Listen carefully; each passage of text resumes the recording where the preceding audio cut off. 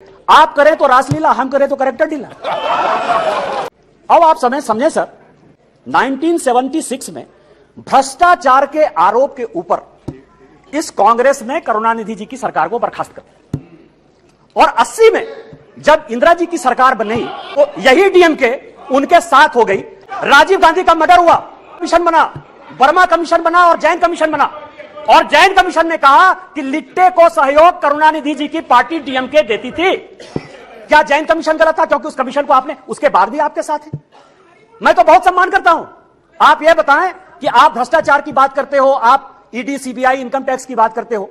इसी सदन के बड़े इंपॉर्टेंट सदस्य हैं, मैं सम्मान करता हूं, मेरे दोस्त हैं, राजा साहब, कनी जी बैठी हुई हैं, दयानिधि मारन जिनका विभाग बदल गया। हमने आपके ऊपर 2G का केस लगाया, हमने बंद किया। उस गरीब महिला को सर, बेचारी महिला को इन लोगों ने जेल में डाला। आप संविधान की बात करते हो, आप कहते हो संविधान बचाने की बात करते हो। संविधान की प्रस्तावना स्वर्ण सिंह कमेटी के बाद जब इमरजेंसी में सारे बड़े नेता, चाहे वो लालू प्रसाद जी हो, मुलायम सिंह यादव हो, करुणानिधि जी हो, आडवाणी जी हो, अटल जी हो, हेमवती नंदन बहुगुणा हो, कांग्रेस के चंद्रशेखर जी हो, बाबू जगजीवन राम हो, जब सारे जयप्रकाश नारायण, ये सारे लोग जब जेल में बंद थे तो स्वर्ण सिंह कमेटी बनाई 1976 में। 42वां संशोधन हुआ।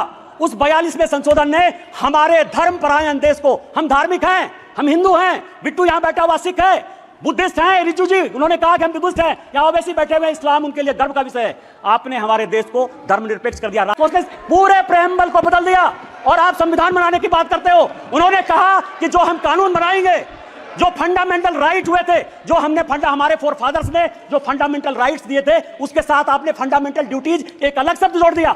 आप संविधान बनाने की बात करते हो।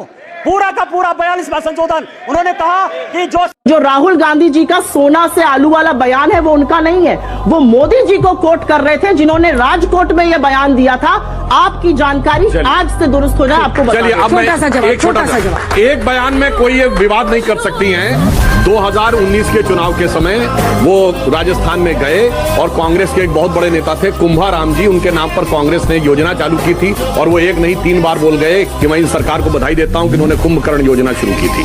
अब कोई भारत के बारे में सोच सके कुंभकर्ण के नाम पर, हाँ इसका तो वीडियो अवेलेबल है, आप दिखाइए, आप दिखाइएगा। अगर कुंभकर्ण योजना नहीं बनाई, अरे भाई तथ्य क्या हम तो कह रहे हैं, कुंभकर्ण योजना नहीं बोला था, नहीं बोला, मैं तो तथ्य के साथ बोलिए, नहीं बोला था, मैं तथ्य के साथ नहीं बोला था, बोलिए ना, नहीं बोलिए, नहीं बोला था, बोलिए नहीं बोला था, नहीं बोल पाएंगे। आप अयोध्या बेइज्जती करिए, don't divert, why you are going to Kashmir? अच्छा अयोध्या की बात करो, अब भीड़ गई, अभी ऑडियो मुझे याद है 11:15 बजे रात को बाला साहब ठाकरे जी का स्टेटमेंट मैंने रेडियो पे सुना।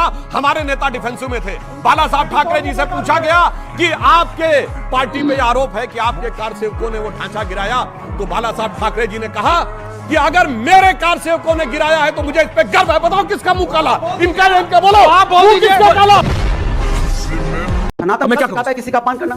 ये व्यक्ति कह रहा है दाढ़ी से कान ढके हुए, क्या सनातन में आपका अपमान क्या है? क्या सनातन को हमारा जोड़ने की बात करता है? ये कैसे लोग हैं जो सनातन को नहीं पहचानते? सीधी जी पे नहीं है, अनुराग जी थोड़ा धीरे, माइक फट रहा है दादा, माइक बहुत पास आ गया है, माइक थोड़ा दूर कर लीजिए। Thank you. ओके अनुराग, मुख्यमंत्री आगे जवाब दे रहे हैं। मैं एक चीज कहना चाहता हूं, ना मैं किसी का अपमान कर रहा हूं, ना मेरी किसी का भी अपमान करने की इच्छा। अनुराग भाई आपने प्लीज कीजिए, अगर आदिल बैठकर मुझे यहाँ आदिल जी को भी लाइए, छठ पर भाषण देगा तो उसको उसी की भाषा में उसी तरीके से जवाब मिल जाएगा। आदिल जी को भी लाइए। भदौरिया को छठ से नफरत होगी, छठी मैया से नफरत होगी, हिंदू धर्म से नफरत होगी और वो ना मानते होंगे अपना धर्म, लेकिन मैं सुनकर नहीं जाने वाला हूं। Thank you. और आप भाषण मत दीजिए, ये भाईचारा अपने पास। ओके रिलैक्स, ओके रिलैक्स, आपको चाहिए होगा वोट मुझे नहीं चाहिए। Thank you. बेकार की बातें मत कीजिए। ओके रिलैक्स, मैं अपने त्योहार अनुराग जी क्या बीच में बोले जा रहे हैं? फिर अब मैं इनको भी कुछ बोल दूं, फिर चढ़ जाएंगे। प्रधानमंत्री जी बिल्कुल मार्जिनल वोट से वहां जीत पाए बनारस। राहुल गांधी जी जो लड़ाई लड़ रहे हैं ना कि हर एक क्षेत्र में क्यों आप अडानी जी, अभी बदत है भाई, अभी बदत है। मोदी जी 1,65,000 से बनारस जीते, वो तो हार के बराबर था। और अखिलेश यादव अपनी खानदानी सीट पे 1,72,000 से जीते, कमाल कर दिया था। मतलब आप लोग ही गजब करते हैं। और अभी इनको बताता हूं, इन्होंने कहा अडानी जी को पिछले 1 साल में सबसे बड़ा पावर प्रोजेक्ट मिला है 60,000 करोड़ रुपए का अशोक गहलोत की राजस्थान सरकार में। आइए अडानी जी, अब आप आइए, सबसे बड़ा अगर माइंस का कॉन्ट्रैक्ट मिला है तो भूपेश बघेल की सरकार में 11,000 करोड़ रुपए का छत्तीसगढ़ में। आइए अडानी जी। उसके बाद पोर्ट का सबसे बड़ा कॉन्ट्रैक्ट मिला है केरल में। आइए अडानी जी। उसके बाद महाविकास आघाड़ी ने दिया है, तो आइए अडानी जी। और अभी तेलंगाना में रेवंत रेड्डी जी ने कहा आइए अडानी जी। गजब है साहब, आइए अडानी जी, आइए अडानी जी। मुसलमान हूँ, अपने भारतीय होने पर बेइंतहा यकीन करता हूँ और मैं बाबा साहब भीमराव अंबेडकर के बनाए हुए संविधान पर यकीन करता हूँ। ठीक है, समझिए। बाबा साहब अंबेडकर का नाम बहुत लेने लगे हैं आजकल लोग। बता रहा हूं, उनकी किताब है पाकिस्तान अथवा भारत का विभाजन, पेज नंबर 104 105 पे जाके पढ़िए। उन्होंने लिखा है कि इस्लाम के लिए भाईचारा एक बंद कंपार्टमेंट है, जहां सिर्फ इस्लाम के अंदर वालों के लिए भाईचारा है, बाहर वालों के लिए नफरत और हिकारत है। सुनिए अब अरे भाई इस्लाम के बारे में क्या बोला, कोट करिए,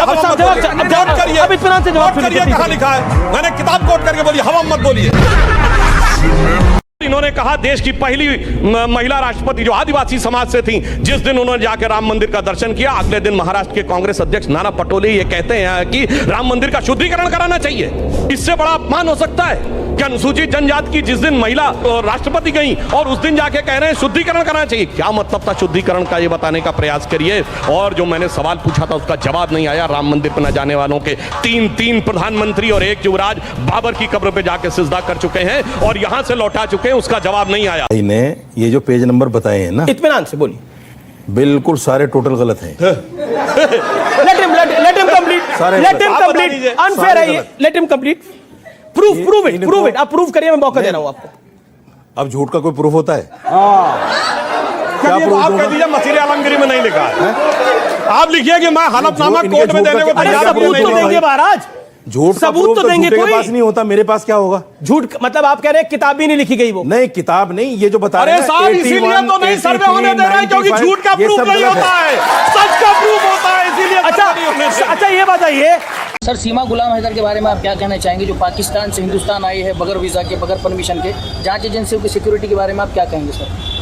वो आ गई यहाँ पर? जी हाँ सर। आकर क्या कर रही है यहाँ पर? शादी कर ली है सर यहाँ पर। किससे शादी करी? सचिन से। सचिन से। अच्छा, उसने अपना धर्म बदला? धर्म बदला, बच्चों के साथ यहाँ आई है बगैर पासपोर्ट के। अच्छा। और यहाँ इंडिया में आई है, नोएडा में। जी अच्छा, अभी साथ रह रहे हो? जी हाँ सर। उनके साथ रह रहे? जी साथ रह रहे बिल्कुल। जी, पूरी मीडिया में चल रहा है सर अभी।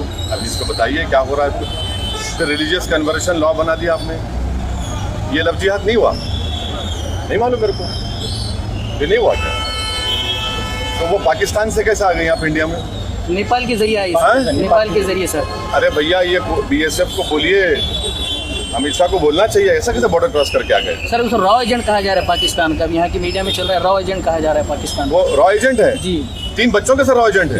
अरे वाह, अरे पिक्चर बननी चाहिए, फिर तो हिट हो जाएगी ये तो। नहीं मालूम।